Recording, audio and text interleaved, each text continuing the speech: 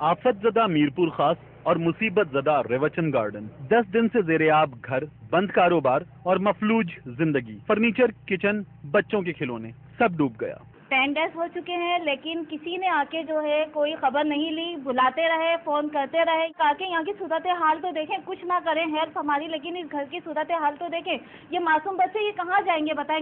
इन गलियों में अब या तो 4x4 चल रही है या फिर गधा गाड़ी, जिसका रेट 4 गुना बढ़ चुका है। पानी ने हमारे पैरों में जख्म किए तो इन गलियों का सफर हमने ठेले पर किया। पूरे इलाके में 6 से लेकर 12 फीट पानी खड़ा हुआ है, लेकिन कोई यहाँ पर अब तक निकालने के लिए नहीं आ रहा।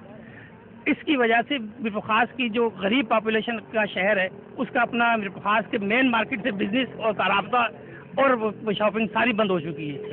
रेवचन गार्डन के मकीन गार्डन की जगह अब एक जहन्नुम में बस रहे हैं, मगर इस जहन्नुम को इनके दरमियान से निकालने वाला कोई नहीं।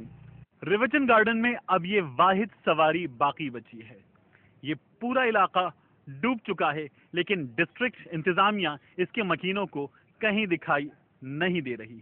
कैमरामैन असगर अब्बासी के साथ तारिक मतीन, दुनिया न्यूज़, रेवचन गार्डन।